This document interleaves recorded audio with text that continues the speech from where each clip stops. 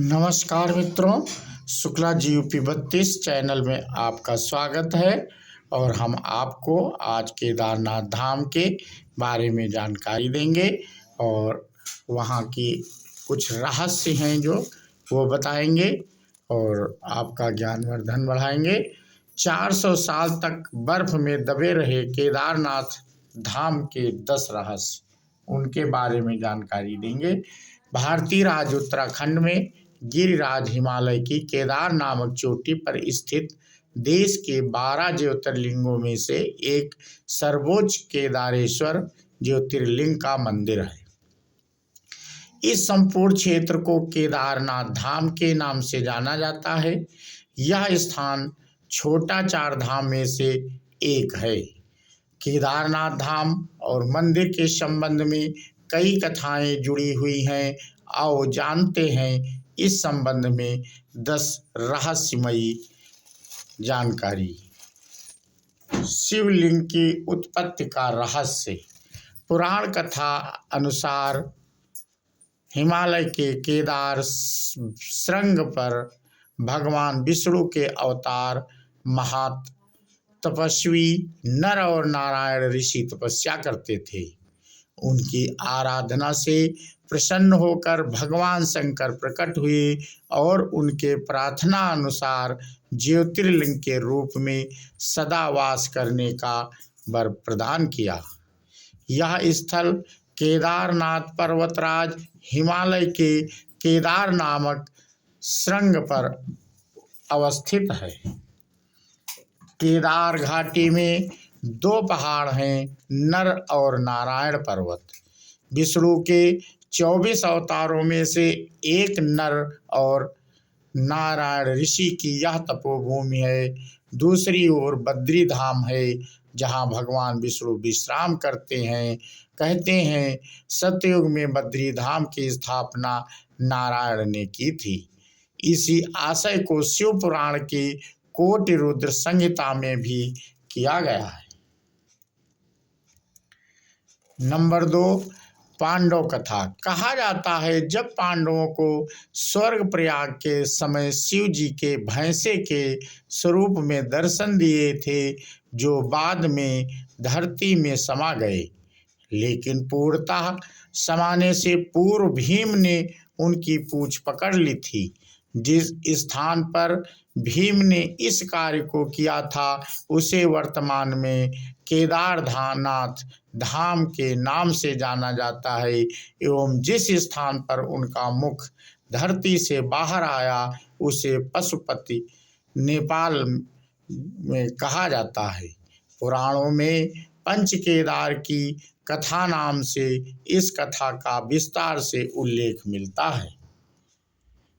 Number 3, Kedarnath और पशुपतिनाथ मिलकर पूर्ण शिवलिंग बनता है। केदारनाथ मंदिर उत्तराखंड के रुद्रप्रयाग जिले में स्थित है। इसे अर्ध ज्योतिर्लिंग कहते हैं। नेपाल के पशुपतिनाथ मंदिर को मिलाकर यह पूर्ण होता है। यहाँ स्थित स्वयंभू शिवलिंग अति प्राचीन है। यहाँ के मंदिर का निर्माण जन्मेजय ने कराया था और जीर्णोद्धार आदि शंकराचार्य ने किया था।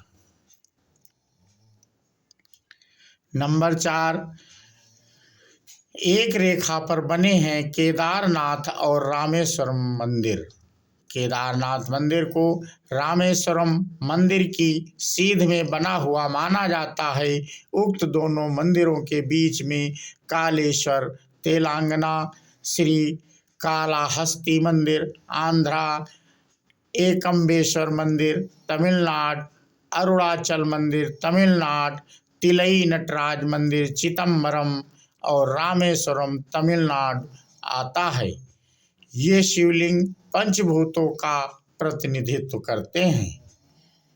नंबर 5, 400 वर्ष बर्फ में दबा रहा मंदिर।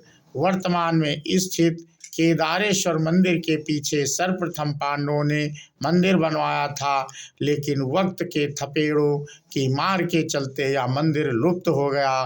बाद में 8वीं शताब्दी में आदि शंकराचार्य ने एक नए मंदिर का निर्माण कराया, जो 400 वर्ष तक बर्फ में दबा रहा। तब इस मंदिर का निर्माण 508 ईसा पूर्व जन्मे और 476 ईसा पूर्व देह त्याग गए आदि शंकराचार्य ने करवाया था। इस मंदिर के पीछे ही उनकी समाधि है। इसका गर्भगृह अपेक्षाकृत प्राचीन है, जिसे 8वीं शताब्दी के लगभग का माना जाता है। पहले 10वीं सदी में मालवा के राजा भोज द्वारा और फिर 13वीं सदी में मंदिर का जीर्णोद्धार कराया गया। 400 सालों तक कैसे बर्फ में दबा रहा केदारनाथ का मंदिर, और जब बर्फ से बाहर निकला तो पूर्णतः सुरक्षित था।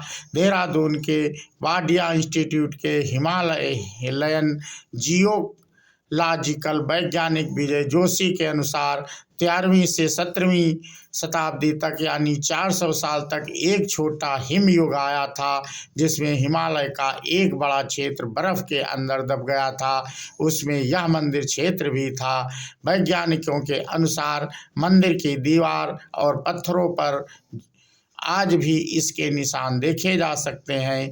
दरअसल केदारनाथ का यह इलाका चोराबारी ग्लेशियर का एक हिस्सा है। वैज्ञानिकों का कहना है कि ग्लेशियरों के लगातार पिघलते रहने और चट्टानों के खिसकते रहने से आगे भी इस तरह का जल प्रलय या अन्य प्राकृतिक आपदाएं जारी रहेंगी।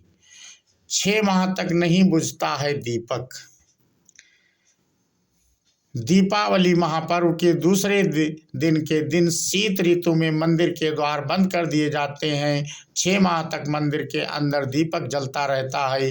पुरोहित ससम्मान पट बंद कर भगवान के विग्रह एवं दंडी को 6 माह तक पहाड़ के नीचे ऊखी मठ में ले जाते हैं और 6 माह बाद मई माह में केदारनाथ के कपाट खुलते हैं। तब उत्तराखंड की यात्रा आरंभ होती है। 6 माह मंदिर और उसके आसपास कोई नहीं रहता है, लेकिन आश्चर्य की बात है कि 6 माह तक दीपक भी जलता रहता है और निरंतर पूजा भी होती रहती है।